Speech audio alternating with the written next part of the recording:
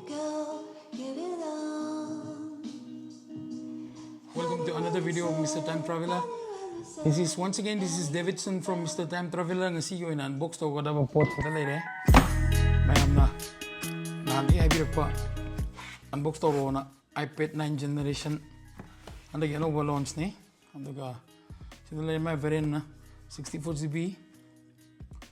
Anda ka 9 generation Wi-Fi ni. Finally, hantak yang pabam si hantak 64GB dia na hubire. First yung mamangin di iPad when season just kano 32GB ni na kitang pick pa ni, but price to so difference like just 1,000 ni. Si Indian variant ni sila like 30,900. Ando ka si Indian variant ni just 1,000 da Apple na spine hong tebir ko sa mga sige same thing se iPhone 13 de suto bi mo na. The iPhone 12 se mamangin last year thok pada kano ni 80,000 da iPhone 13 se 80,000 da 12 to thok na 80,000 da just 64GB phangba. Hadak 13 the features hen kale plus hong dare 80,000 da rozik kano phangba 120GB do phangye same si desu to bire to yeng se si iPad 9 generation ni ma'am की just normal iPad ni amdi ma di mini pro ngam tanate हम तो से ma'am से हंग तो का si yeng se si lai re duga manung dong yeng se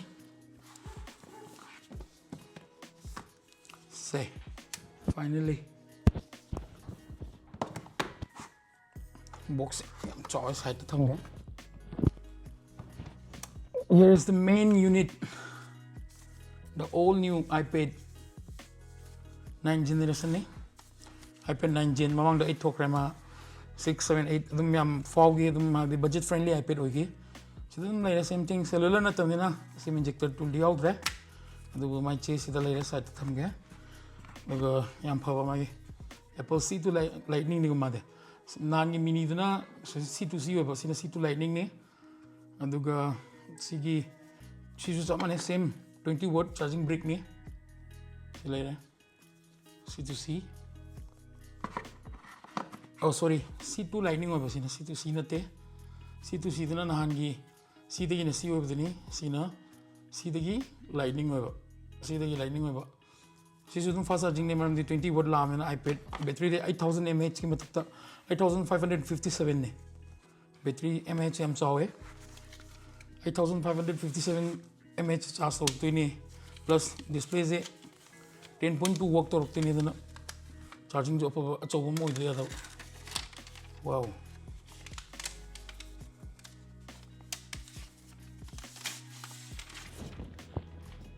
chile color variant is space gray ni ka dana ni to yamma common with MacBook masung iPad ni am common with color ni but kitang change kitang lang ko di mali ko color slight kitang dilai ta ko yam pa jai adu sida lai magi low button lai re button lai re volume button si camera se maning gi unit china 8 megapixel ho bini sida mai mic lai re 8 megapixel camera ho bini aduga mamangi sina center magi center stage na handak ama yaw online class kumba kumba Gmeet kumba app to sina da mi je mai da thamna ba aduna si main focus ni sina aduna ultra wide ni 12 megapixel ni si sina ultra wide oile je hing center stage na Apple ki function na bom yaw da du yana bane adu sina home button nu zu work to ba adu si anu ba to ba variant awang with the high range iPad jing the si out re but still 9 generation the out is the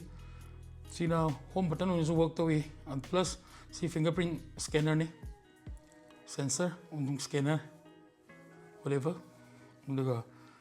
dum sida ni to singa huji box still ma lighting di lai iPad ta lighting jama si model jama thanda ngai do mam di nahan gi unboxing to mini do so huji nahan gi mini do silare mini di si la khra dana type si la khra size comparison to di mini sa tanga tham ge so thagala si do gi hing si unboxing to di aina activation de hapcha dam ne maram di unboxing je activation je am kui si thagala ka si thagala thamase si dalai re nahan gi mini size to mini jine am pick pune side by side comparison दियो hello थारे सिदा सिमदी पाथोक्ट्रे नमस्ते CMBO some size magi screen manungi 10.2 gibo yok develop the whole body yorga mini na si side the lem is sina mini ki size ni aduga mini ga comparison lo something si box lok thok ka sina pro duni 2020 ki pro dual camera la par da yaw do 2020 ki model ne si ga size comparison ji yeng si adum kitang similarity oi sina kitang sangi ba sina kitang hena sangi sina kitang hena di sangi but pak pati sina kitang mo hela 11 inch lak ni na thickness se dum nan generation di kitang helam dog mal hele 5 di kitang hele nan generation na to si sum machine ki nan generation je yamna budget friendly ne usi pokide maram di kay di magi si just 30,900 de horoga 64GB phange A13 bionic chip ni mongon da phangi badum A13 ne jadum yam ti powerful ne retina display ore ko aduga magi RAM G3GB RAM ni but Apple di kya chudon RAM di yeng na de magi chipset chi do yeng nei ba sini ji bokedi aduga adum online class to ba dagi sum yamna budget friendly ba iPad hai tarisi oi doine sisu Indian market launch to re oji ado Manipur market di kitang phang ba gi ni lakti laklar ni October gi dum middle week ni dum marak last ending gumba swai di durga puja muting ni changa ni se si me am iPad lebi ni bali tar ga di dum si chapsani om khara starting range ke hai tar ga di ma'am सुन ma'am तो सारे दिन खर brother हो के iPad की तुम खंबी कांगबुना तुम नाइन जेनरेशन से अनबॉक्स तौबीरो हाइदुने दो सिदा ले मैम की नाइन जेनरेशन याम फजैको स्लिक ओय अदुगा सिना मागी फोलियो की एक्सेसरीज सिंग कनेक्ट तौनबने सिदा की कनेक्ट तौरगा माई फोलियो की एक्सेसरीज याम तो कीबोर्ड ऑन बा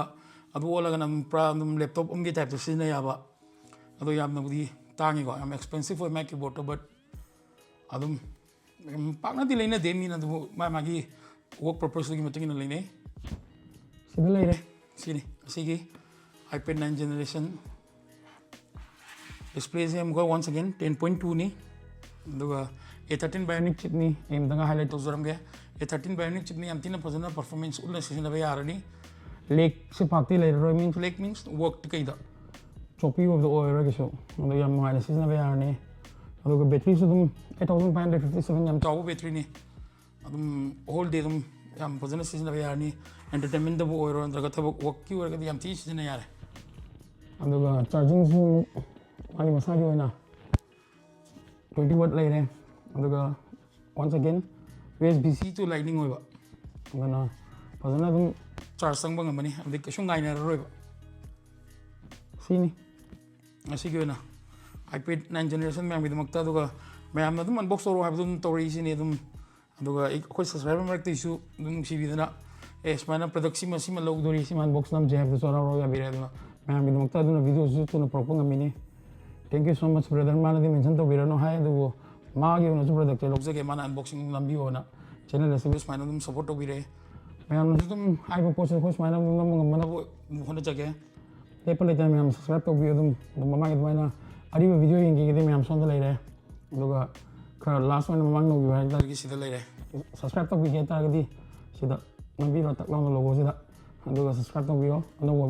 वीडियो से आउ तारगदी अरीब subscriber ma'am thank you so much जिक 2k और 5k दा गिव अवे मचाम थमजगे अदुगी सो गिव अवे दुस मैम कमेंट सेक्शन दा तानासी मैम कमेंट टाइप तो बिरो करी तोजी कमेंट तोजी हाइबदो याम चाव मन तरगसु सम स्मॉल एप्रिसिएशन मोइना मैम दा मैन थमजगे गिव अवे दमकता Ado sila le asigi yung unboxing iPad 9 generation. Thank you so much for your big love and support once again. This is Mr. Davidson from Mr. Time Traveler. See you on next video. Bye bye guys.